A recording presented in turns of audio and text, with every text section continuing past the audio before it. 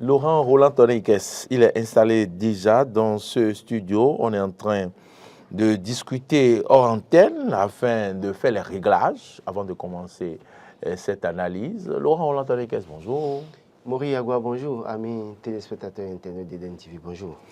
Alors, le journal Libération, non quel journal nous apporte une grosse information? C'est bien le Béninois libéré de ce matin. Le Béninois libéré de ce matin qui lève un coin de voile sur ce que certains pensaient tout bas. Et puis, le journal parle de la SB2E, mauvaise gestion et corruption.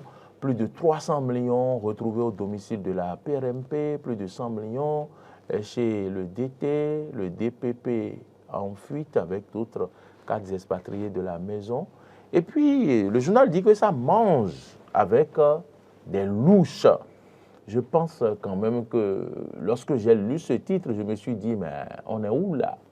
On est où là? On est encore sous des régimes que j'ai vus passer ou bien c'est bien le régime du président Patrice Talon.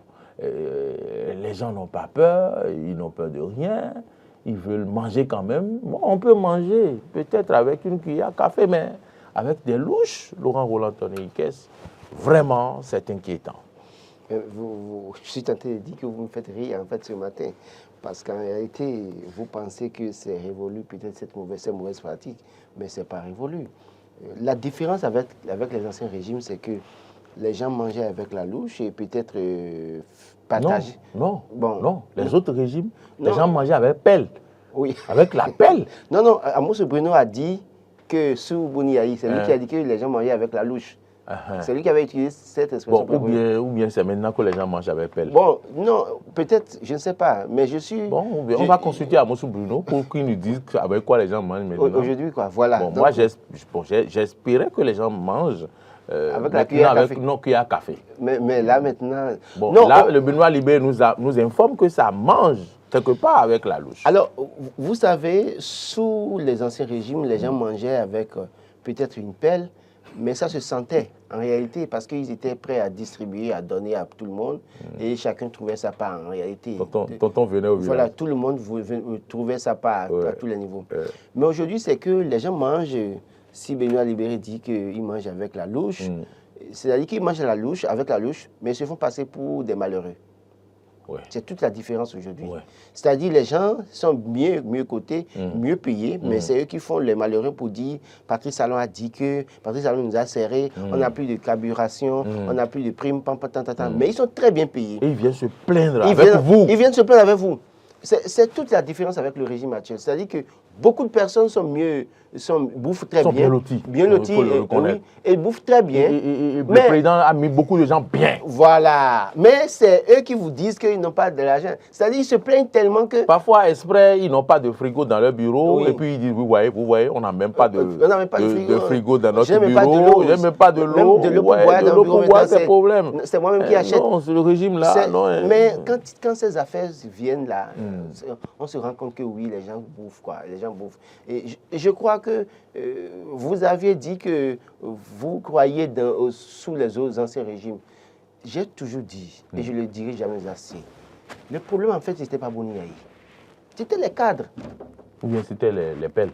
Non, c'est-à-dire que c'est les cadres qui n'ont pas encore changé de mentalité, qui viennent pour se servir au lieu de servir. Et c'est les mêmes qui étaient dans le système qui sont encore là. En réalité, c'est qui, vous pensez? Vous pensez que quelque chose a changé? Mais rien n'a changé. C'est les mêmes personnes qui se sont métamorphosées et sont devenues rupturiens. La grande partie. Caméléon. Mais si on dit que le rythme change, que ces personnes changent la cadence. Quel rythme change? Si vous prenez les ministres dans le gouvernement Patrice Talon, quand vous prenez des directeurs techniques, quand vous prenez des directeurs d'agences de société haute, la grande partie avait servi Bouniaï, oui ou non? Oui, mais on ne peut pas aller inventer, on ne peut pas aller avec du sable fabriquer d'autres hommes qu'on va amener. Oui, mais justement, c'est pourquoi il parle de changement de mentalité. Aussi longtemps que le cadre béninois ne va pas changer sa mentalité et se dit que je viens pour servir et non me servir, ça ne changera pas. Patrice Talon peut faire tout ce qu'il veut, mettre toute la rigueur possible, aussi longtemps fait tous les efforts, parce qu'en matière d'efforts, il en fait. Oui, Seulement que parfois aussi, ces personnes qui détournent suivent aussi des modèles. Appelons chat. Les gens suivent des modèles. Peut-être qu'ils ont quelqu'un, ils ont vu un supérieur faire, ils même volent, ils profitent pour mettre la main dedans aussi, pour prendre aussi leur part. Parce que c'est... Il y a qu'un endroit. Vous connaissez un peu le langage. Mais ils oublient que quand ça pète, c'est sur les faibles que ça tombe. Mais attention, quand vous prenez tout dossier de corruption, il y a toujours quelqu'un au sommet, quelque part, qui a montré le chemin. Et à un moment donné, peut-être celui-là qui est au sommet, qui a montré le chemin, il n'y a pas de traçabilité qui mène vers lui pour prouver sa culpabilité. Et vous qui êtes faible, c'est vous qui avez signé les documents. Parfois, c'est des directeurs qui font des actes, qui posent des actes de malversation et qui malheureusement signent les documents, encaissent l'argent et vont donner de l'argent liquide peut-être à leur supérieur. Mais le supérieur, vous allez là-bas. Il y a un dossier dans Calavi où les gens citaient une autorité.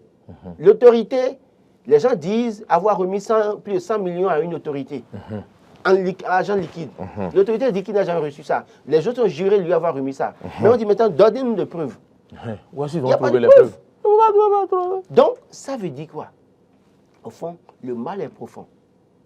Aussi longtemps que les gens ne se mettront pas dans la tête qu'ils viennent servir et ne se servir,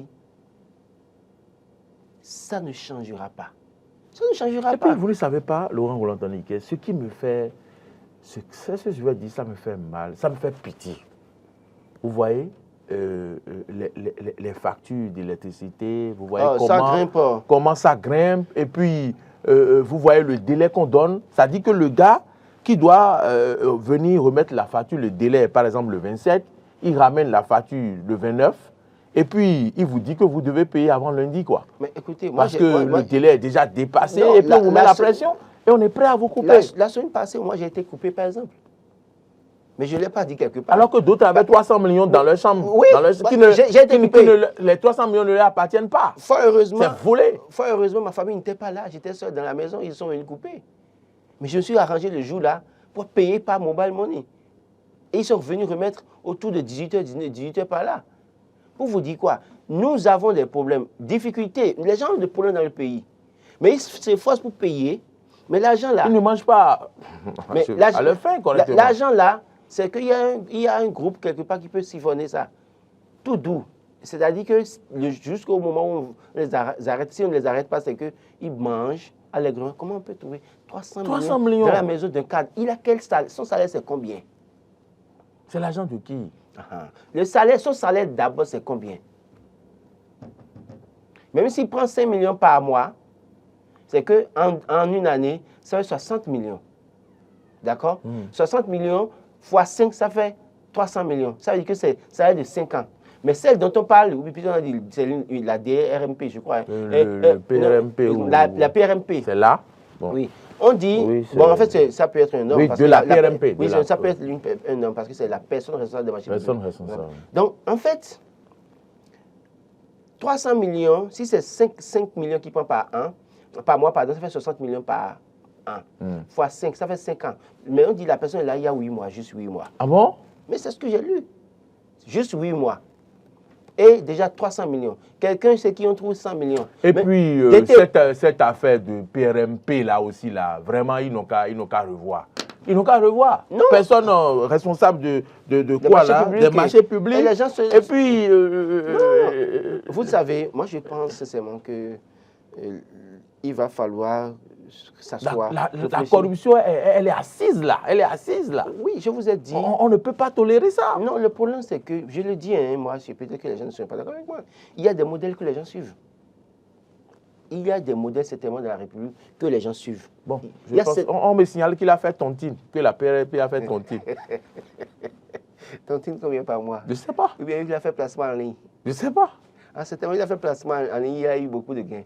C'est peut-être ça. Je suis choqué. Non, je suis vraiment choqué. Non, je suis... Pas autant que moi, mais moi, je pense sincèrement que il va falloir que les gens... D'abord, même quand vous faites tomber dans ces affaires, qu'on cite vos noms. C'est vrai qu'il y en a qui vous diront qu'ils se foutent pas mal de ça. Et qu'ils iront en prison, qu'ils vont revenir. Peut-être ils ont caché peut-être de l'argent ailleurs et tout ça là. Et parfois, c'est des gens dont même parfois on cite les épouses. dans les affaires comme ça. Oui, vous allez en prison, on cite votre nom. Et vous ne savez pas comment ça va se passer. La prison, ce n'est pas une bonne chose. Vous pouvez avoir 2 milliards, 3 milliards, 4 milliards sur votre compte. Mais quand vous allez là-bas pour des affaires comme ça, vous revenez la plupart du temps, ce n'est pas une bonne chose. Mais dans combien de maisons ils peuvent dormir à la fois? Combien de voitures? Est-ce qu'il peut avoir un pied dans une voiture, un pied dans l'autre et rouler en même temps sur la voie? Je vous dis, moi, je ne comprends pas les gens. Quand on le dit, parfois les gens pensent qu'on est contre la richesse. Moi, je ne suis pas contre la richesse, je veux bien être riche de toute façon. Et on n'est pas aigri, hein? Non, on n'est pas aigri non plus. Mais c'est pas possible. Écoutez, quand moi je prends par exemple dans la zone où je vis, je ne peux pas compter le nombre de maisons achevées ou inachevées, mises en place par des autorités par le passé, qui aujourd'hui sont affaiblies et qui ne peuvent plus continuer les chantiers, ou bien les maisons sont là. Ils ne peuvent pas entretenir. Parfois, et c'est ça le véritable problème. Ils construisent des maisons, ils mettent piscine dedans, ils mettent tout dedans, mais ils ne peuvent pas entretenir. Après, ils n'ont plus le même train de vie. Non seulement ça, il y en a qui prennent l'argent de l'État, ils volent proprement, ils vont construire de grandes maisons, et c'est comme si les maisons sont hantées. Personne ne veut rester dans la maison. Pourquoi? Il y en a plein. Oui, mais c'est l'agent de passation de marché. Non, justement. L'argent qui doit... Les 10% et tout qu'ils amassent. Quand vous détournez l'argent qui doit servir à construire des écoles pour les enfants, des centres de santé, des infrastructures socio-communautaires de base pour la population, que vous détournez ça, ça ne sert à rien. Parce que vous allez bouffer pendant un moment, vous allez construire des maisons. Après, peut-être, c'est le maçon qui va bouffer ça pas proprement et faire un mauvais chantier pour vous. Et 3 ans après, si vous commencez par avoir des fissures, personne ne veut louer votre maison. Et là, en ce moment, vous n'êtes plus fort, vous êtes déjà affaibli politiquement, vous n'avez plus les opportunités pour être... Vous avez bouffé l'argent des enfants qui doit servir à construire l'école. Donc, peut-être quand vous intégrez la maison la nuit, vous entendez IOA, les enfants. Non, les enfants. Vous faites même l'argent qui doit servir à donner de l'eau aux populations parfois. Et vous pensez que vous allez construire de grandes maisons, les immeubles vivre dedans. Non, ce n'est pas éternel. Honnêtement. Je pense que c'est assez grave. Quelle solution il faut véritablement pour ces personnes qui sont encore tapies, ces personnes tapies dans l'ombre qui continuent de salir la République, parce que ça, c'est une façon de salir la République. Lorsqu'on montre le chemin actif, on parle de lutte contre la corruption, et puis le numéro 1 montre le chemin à suivre avec tout ce qu'il y a comme institution pour sévir. Les gens n'ont pas peur. Vous voyez, malgré toute cette rigueur, on a parlé de Anat Bière dans ce pays, on a parlé de Anat Gay, et ça continue, ça s'enchaîne. Quelle solution faut-il alors, Laurent? Est-ce qu'il y a des solutions? Je dis, le cadre béninois doit pouvoir repenser sa manière de faire les choses. Il vient servir et non, il vient se servir. Ça commence par là. Que les gens commencent par comprendre que gérer la chose publique, ce n'est pas gérer le patrimoine de sa famille, où on peut se permettre de prendre ou de faire ce qu'on veut. Si ça ne change pas, c'est que si les gens n'ont pas cette culture, ça ne changera pas. Ce n'est pas une question d'un chef d'État à montrer le chemin. C'est d'abord déjà de sanctionner à tous les niveaux. Ne pas tenir compte des affinités, ça commence par là. Et ne pas tenir compte des proximités politiques. Parce que le problème, parfois, c'est que le cadre qui a volé quelque part a certainement une information que tel a volé à tel endroit et on ne l'a pas touché. Ce n'est pas toutes les affaires de malversation. On ne sait pas quand est-ce que le fou viendra au marché. Voilà, mais ce n'est pas toutes les affaires de malversation qui sont sur la place publique. Il y en a peut-être qui sont gérées en douce. Et donc, quand les gens ont ces informations ou ont ces modèles-là, ils n'ont pas peur de mal faire parce qu'ils se disent à un moment donné, et ils pensent qu'en réalité, qu'en son temps, qu'on pourrait les protéger ou bien ils pourraient utiliser cette information comme un chantage. Mais c'est peine perdue. Parce qu'à un moment donné, les dirigeants aussi ont des ambitions ou ont des plans. C'est-à-dire, parfois, on vous laisse à la discussion, on vous met à la discussion de la justice pour montrer que ça se passe bien. Donc, je crois que c'est véritablement ça le problème. Moi, je veux vraiment voir les choses changer. Je veux voir les gens avoir la crainte de toucher à ce qui ne leur appartiennent pas. Je veux avoir la crainte, je veux voir les gens travailler, se contenter de ce qu'on leur donne, comme prime, tout ça, sans détourner de l'argent. Non, c'est un souhait, mais peut-être que c'est un rêve qui ne sera pas atteint maintenant. Non, il y a quand même des cadres qui font bien leur travail, qui ne veulent pas toucher à autre chose. C'est-à-dire, ils sont blancs comme neige. Quel qu'en soit le dossier, vous amenez devant eux, ils vous disent non, je ne suis pas dedans, je refuse. Quand vous regardez, par exemple, des affaires où on a cité des cas de corruption, il y a des sociétés d'État où vous allez voir des gens, beaucoup de personnes sont touchées, mais il y a des gens, personnes qui n'ont rien à foutre avec ça. Qui sont pourtant à des postes où ils pouvaient avoir leur part. Donc, il y a des modèles dans la société, de bons modèles dans la société, autant il y a de mauvais modèles. Et les mauvais modèles, parfois, qui sont dans le bling-bling, entraînent peut-être ceux qui sont des âmes faibles facilement, et ces personnes les suivent. Très bien. Et je le dis toujours, je l'ai dit, les cadres qui sont des niveaux donnés, qui ont des supérieurs hiérarchiques, qui leur font faire des choses sans traçabilité, il faut qu'ils comprennent que quand ça tombe souvent, c'est le faible qui supporte les charges. Si vous avez un directeur ou un ministre qui vous demande de faire tant, tout tel projet, bon voilà, comment on va bouffer dedans, comment est-ce qu'on peut faire? On appelle la PRMP, on appelle peut-être l'agent comptable, on appelle et on dit, bon, le DAF, il dit, bon, DAF, comment on peut faire? Vous allez faire, on vous dit, bon, écoutez, moi je ne vais pas avoir de chèque, écoutez, envoyez-moi de la liquidité. Et on lui remet la liquidité dans son bureau, sans traçabilité. Vous avez pris votre part. Mais le problème, c'est qu'à un moment donné, qui a autorisé? C'est vous. C'est vous qui avez autorisé. Vous répondez. C'est le DAF ou tant qui a autorisé le décaissement. Il dira, c'est le ministre qui a validé. Le ministre dira non. Quand vous êtes venu me voir, vous n'avez pas parlé de tel dossier. Vous n'avez pas parlé de ça. Et d'ailleurs, même quand vous avez décaissé, d'ailleurs, même pour ce dossier-là, l'argent qui reste, c'est où? Vous allez dire, c'est pas à vous le ministre, à vous, monsieur le ministre, qui a donné ça. Comment, où et quand? L'affaire de 39 hectares dans Calavi est un cas par part. Les gens n'ont qu'à aller se renseigner. Les gens ont dit qu'ils ont remis de l'argent cash à une autorité. L'autorité est devant la justice, a dit, je n'ai pas pris l'argent. Où est la preuve? D'accord. Et il n'y a pas de preuve. Et malheureusement, les autres sont en prison maintenant. L'autorité se promène. Il se promène. Il est libre de ses mouvements. Donc, je crois que ça commence là. Vous devez faire attention. Les cadres doivent pouvoir faire attention. Parce que c'est souvent eux qui sont manipulés, parce que c'est eux qui ont d'ailleurs même les meilleures compétences qu'on utilise. Bon, comment est-ce qu'on peut faire ça? Comment on peut faire continuer cette procédure-là? Et c'est eux qui interprètent la loi, qui interprètent la procédure et qui disent, bon, maintenant, si on fait ça, on peut faire tout ça. C'est un problème. J'étais dans un hôtel il y a quelques jours où je vois celle qui fait office de comptable de l'hôtel se plaindre parce que pour une salle, dans laquelle on doit organiser une activité qui a 80 000 francs. Quelqu'un d'une, en tout cas, structure du Bénin, avec des autorités, devait organiser une activité là. Et demande la surfacturation. Est venu à demander qu'on fasse la facture sur 200 000 francs, par exemple. Que la salle a coûté 200 000. 200 000 francs. Et la comptable était embêtée. La comptable a refusé à un moment donné. Non, écoutez, c'est les affaires, après on va vous trouver des clients, tout ça là. Ils ont accepté. Et sur de 80 000, ils sont partis à 200 000. Et cette personne, ils ont fini l'activité dans l'hôtel en réalité. Mais vous imaginez que depuis des jours, on appelle le monsieur pour dire, mais amenez le chèque, venez nous payer, il dit, je viens. Pourquoi? Parce que lui-même tient à venir remettre le chèque main à main pour pouvoir prendre ce qui lui revient. D'accord. Donc pour ça, depuis qu'ils ont fini l'activité, ils n'ont pas voulu donner l'argent. Il n'est pas encore venu. Il n'est pas encore venu. Et il a fallu que le promoteur de l'hôtel soit créé pour que l'un des agents l'appelle pour le sermonner, pour qu'il dise que lundi, il viendra remettre l'argent, il remettre le chèque.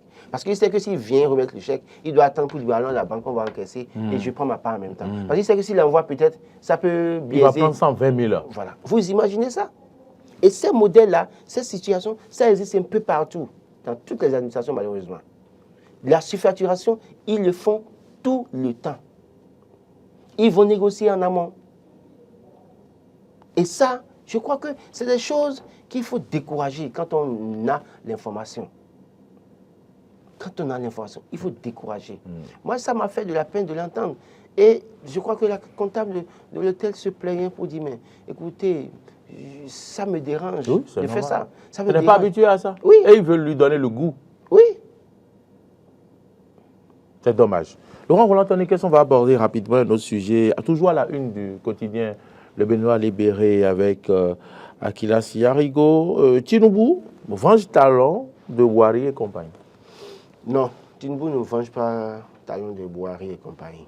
En fait, il faut comprendre que Bouhari, c'est une autre méthode de gouvernance. Tinubu, c'est une autre méthode de gouvernance.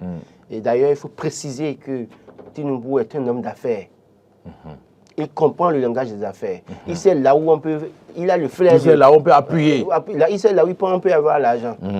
Alors, qui ne dit pas, qui ne sait pas si peut-être cette décision de Bouhari à l'époque a quelque part eu des impacts sur les affaires de Tinubu aussi.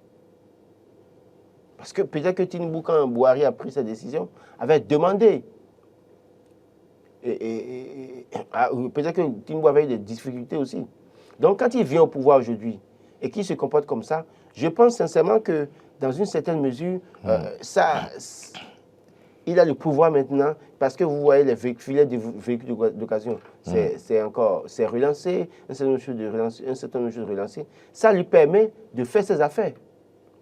Donc, ce n'est pas une vengeance en l'état, je ne pense pas que ce soit une vengeance. À un moment donné, il y avait même des situations au Nigeria où Tinubu n'était pas d'accord avec Bouhari, avait demandé à Bouhari de sanctionner un certain nombre de cadres, un certain nombre de fonctionnaires. Mais Bouhari n'avait pas écouté. Donc, maintenant, il a le pouvoir. Il se permet de mettre en œuvre sa propre gouvernance pour pouvoir atteindre des objectifs. Donc, je ne pense pas que ce soit une vengeance pour Talon, mais c'est peut-être une opportunité pour lui maintenant de relancer ses activités aussi qui étaient peut-être au ralenti du fait de la situation qui prévalait entre le Bénin et le Nigeria. Très bien. Laurent Roland Tadeke, c'est sûr, donc, votre dernière phrase là, que nous allons mettre un thème à l'analyse de ce jour qui aura été consacré quand même essentiellement à ce phénomène qui a la peau dure, la corruption, le détournement. Hein, et puis, j'espère que les choses vont changer, et on l'espère vivement. C'est tout souhait que ça change. Il faut que vraiment ça change pour que ce qui est destiné aux populations aille véritablement aux populations. Et que si par exemple les gens s'échinent à payer les factures, que les gens se mettent là à détourner. Au niveau de la SONEB aussi, il faut aller voir aussi de ce côté pour voir si tout y est pour le mieux. Parce que parfois on est silencieux. Je crois qu'il faut auditer toutes les sociétés d'État actuellement et voir clairement ce qui se passe. C'est ce qu'il faut faire. Très bien. C'est ce qu'il faut faire et certainement que ce sera fait.